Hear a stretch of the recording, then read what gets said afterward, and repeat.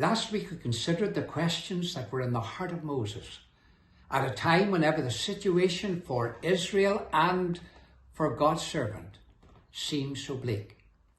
God's child had been severely tested and tried.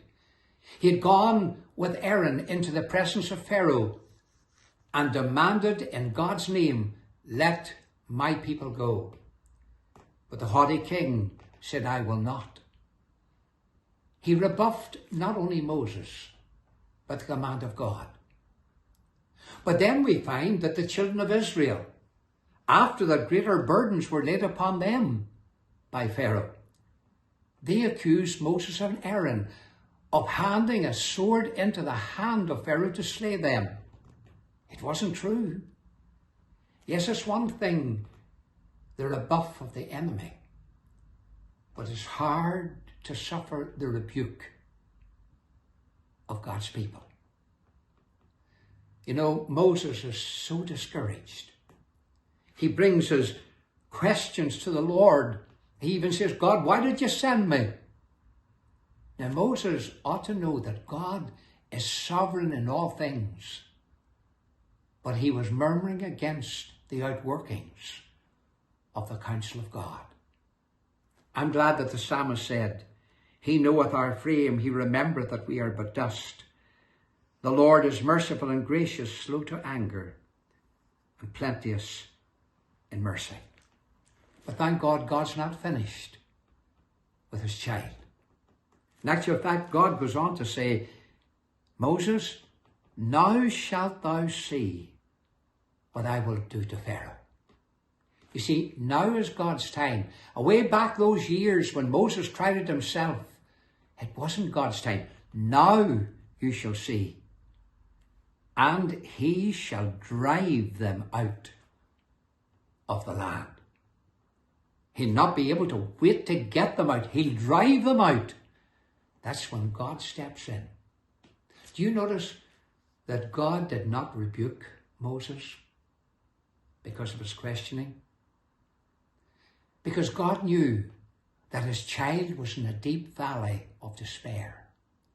He knew that God's child didn't need to be put down further. He needed to be lifted up. He needed encouragement. He needed to be strengthened. And you know, whenever someone's in need, you and I need to be careful what we say. And we need to pray, "Lord, teach me what to say. And teach me what not to say." You know, this was a time whenever Pharaoh had tightened his grip upon the children of Israel. This was a time whenever Pharaoh was at the zenith of his power. This was a time whenever the children of Israel were in deep suffering. At a time whenever God's servant was so discouraged and seemed so helpless. At such a time as that, God brought his word. Do you know what he said? He said, "I appeared unto Abraham, unto Isaac, unto Jacob." And he says, "I have also established my covenant with them." He remembers the day he made that covenant with Abraham, Isaac, and Jacob in the past.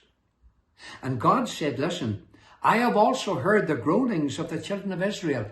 He knew the present. He was not indifferent to what his children were going through.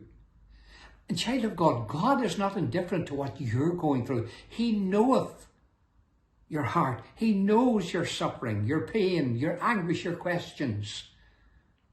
Bring them afresh before the Lord. And God says, "I have remembered my covenant." Now is the time to act. What is God going to do? This is what he said. He said, "I will bring you out from under the burdens." What a promise. I'm going to bring you out. I'm going to leave you there. I'll bring you out. And then he said, "I will rid you out of their bondage. I'll pluck you out of their hands. They will not be able to pluck you out of mine, but I'll pluck you out of theirs." And then he said, "I will redeem you with a stretched out arm and with great judgments. I'll set you free." He goes on to say, I will take you to me for a people. You will be my covenant people. And I will be to you a God, and ye shall know that I am the Lord. For Daniel said, the people that do know their God shall be strong and do exploits. And then he said, I will bring you into the land. Not only bring you out, I'll bring you into the land I promised. And I will give it you for a heritage. Notice, I will. 7 I wills that God cannot break.